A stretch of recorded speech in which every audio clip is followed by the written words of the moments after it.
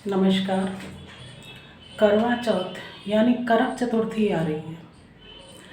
करवा चौथ का व्रत बहुत समय से, या समझ लीजिए जब से पुराण आदि हैं उनमें बताया गया है, तब से होता आ रहा है। गणेश पुराण में इसके बारे में लिखा है। लेकिन जिस तरह से आजकल करवा चौथ मना रहे हैं वो केवल फिल्मी देन है।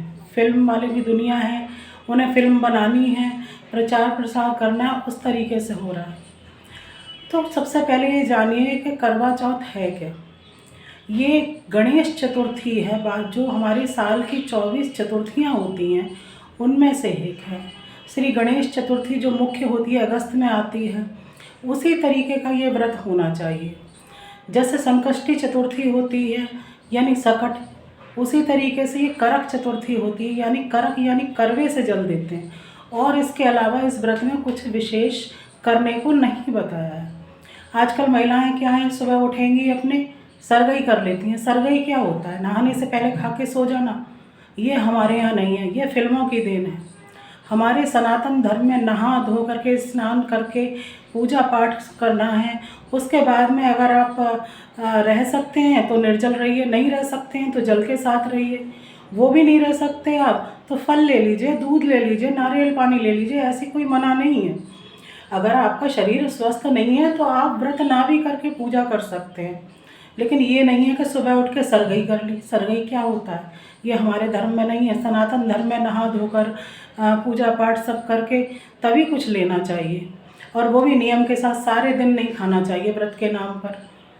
तो और दूसरा, सुबह उठते ही महिलाएं पार्लर चली जाएंगी, वहाँ तैयार हो जाएंगी। जी ऐसा नहीं है, सुबह उठ के पूजा कीजिए। जो तैयार होना है, सुहागन वाले चिन्ह हैं, मेहंदी, सिंदूर आदि घर में ही लगाइए, एक दूसरे से लगवाइए। तो ये पार्लर वगैरह जाना नहीं है। अपने घर से बाहर व्रत वाले दिन अगर कामकाजी महिलाएं हैं तो जाना चाहिए, नहीं तो घर में रहें।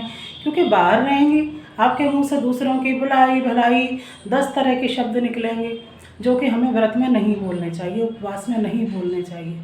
दूसरा, ये थाली घुमाने की, थाली क्यों घुमाएंगे? अपनी पूजा वाली थाली किसी को नहीं देना चाहिए। दूसरी, और इसके अलावा ये बात है कि आप जिसके लिए व्रत रह रहे हैं और उसके पास में पैसा नहीं है, तो आप मुंह फुला के बैठ गई कि जी व्रत है हमारा और उसने हमें कुछ नहीं दिया। तो ऐसा कोई विधान नहीं है कि आप पति के लिए उपवास रहें और वो आपको कुछ उपहार दे ही दें। आप उनके लिए रह रहे हैं तो जितनी चादर है उतने में पैर पसारिए, क्या ज़रूरत है? ऐसा किसी पुराण में नहीं लिखा कि आप पार्लर जाइए, तैयार होइए, महंगे कपड़े खरीदिए। जो है शुद्ध है, साफ़ है कपड़े, उसमें पूजन कीजिए, अपने पति की इज्जत कीजिए, सबसे बड़ी बात है। ये नहीं है कि रूठ जाएँ, रात के समय गोलगप्पे खाने भाग गए। आपका व्रत है, उपवास है, उसको पूर्ण कीजिए। रात को अपने अलग बिस्तर लगा करके सोइए, उसी बिस्तर पर नहीं सोना है जिस पर रोज़ सोते हैं। और अगले दिन सुबह उठ के नहा धो करके शिव पार्वती आदि का फिर से पूजन करके, क्योंकि करवा चौथ में गणेश जी और शिव पार्वती जी का पूजन होता है। उसके बाद में एक आटे की लोई या पेड़ा बनाकर उसके अंदर गुड़ और चना रख करके गाय को खिलाइए, तब आपका व्रत पूरा होता है। व्रत का मतलब, उपवास का मतलब ये नहीं है कि आप जो आजकल फिल्मों में दिखाया जा रहा है उसके हिसाब से चल रहे हैं। ये 12 महीने की चतुर्थी में से ही एक है। वही गणेश चतुर्थी के हिसाब से पूजन करना चाहिए गणेश जी, शिव जी, माँ पार्वती का। बस शाम के समय चंद्रमा को करक यानी करवे से जल देना है, बाकी कोई दिखावट की ज़रूरत नहीं है।